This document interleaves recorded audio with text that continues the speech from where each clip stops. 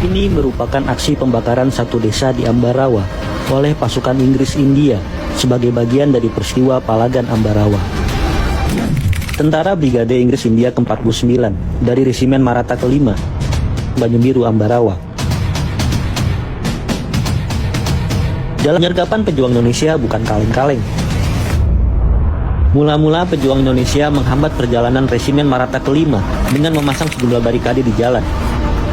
Ketika pergerakan pasukan Inggris India terhenti, mereka langsung menggempur dengan tembakan mortir dan senapan mesin. Pejuang Indonesia juga dibekali dengan senjata anti-tank Ordnance KF-2 PON. Serangan ini membuat moncong-moncong meriam tank-tank Stuart menyalak hebat. Senapan mesin tank-tank Stuart juga memberondong dengan buas ke arah pertahanan pejuang Indonesia di belakang barikade jalanan. Namun pejuang lainnya bisa menyelamatkan diri. Pesawat tempur RAF Mosquito menjatuhkan bom di atas desa basis pejuang, seolah-olah mereka memegang kode etik. Jika pasukan kita ditembaki, adalah sah membakar habis basis lawan. Setelah situasi meredah, seorang pejuang Indonesia, operator senjata anti-tank, ditemukan gugur. Di pihak pasukan Inggris India juga jatuh korban. Ini adalah senjata anti-tank 2 PON yang berhasil direbut Inggris dari pejuang Indonesia.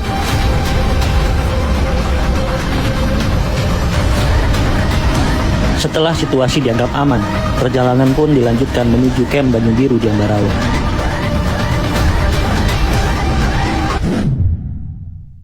Asal mula pertempuran Ambarawa adalah ketika militer Inggris mendarat di Semarang yang dipimpin oleh Brigjen Battle pada 20 Oktober 1945. Pihak Republik Indonesia memperkenankan Battle untuk mengurus peluncuran pasukan Jepang.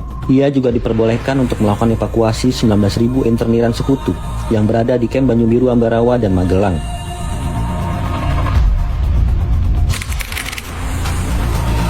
Pertenanan ini sesungguhnya hanya ada di level pimpinan sipil Republik Indonesia.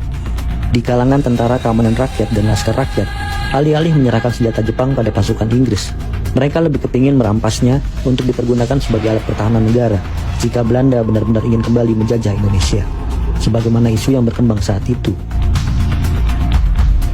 Karena keinginan inilah, sebelumnya telah pecah pertempuran antara prajurit TKR dan prajurit pasukan Jepang dari tentara ke-16 yang menolak menyerahkan senjatanya kepada pejuang Indonesia. Penolakan ini memicu kontak senjata yang dikenal sebagai pertempuran 5 hari di Semarang. Bentrokan ini kemudian bisa diselesaikan setelah pasukan Inggris mendarat di Semarang. Di lain sisi, benih-benih perselisihan dengan pasukan Inggris mulai muncul.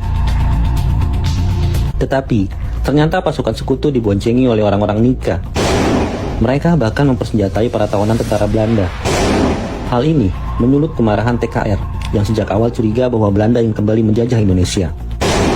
Maka sejak 26 Oktober 1945, pecahlah pertempuran antara TKR dengan tentara Inggris. Pertempuran sempat berhenti setelah kedatangan Presiden Soekarno dan Brigjen Battle di Magelang pada 2 November 1945. Pertempuran kemudian merembet ke Ambarawa. Pada 20 November, pecah insiden antara TKR di bawah pimpinan Mayor Sumarto dan pasukan Inggris di Ambarawa. Esok harinya, pasukan Inggris yang berada di Magelang ditarik ke Ambarawa dan dilindungi oleh pesawat-pesawat udara. Pertempuran kembali berkobar pada 22 November saat pasukan Inggris melakukan pengeboman terhadap kampung-kampung di sekitar Ambarawa. Pada 26 November, Letkol Isdiman, pemimpin TKR asal Purwokerto, gugur akibat diberondong tembakan pesawat tempur RAF. TKR juga berhasil dipukul mundur. Sejak gugurnya Letkol Isdiman, Komandan Divisi 5 Banyumas, Kolonel Sudirman, langsung turun ke lapangan untuk memimpin pertempuran. Kehadiran Kolonel Sudirman memberikan nafas baru.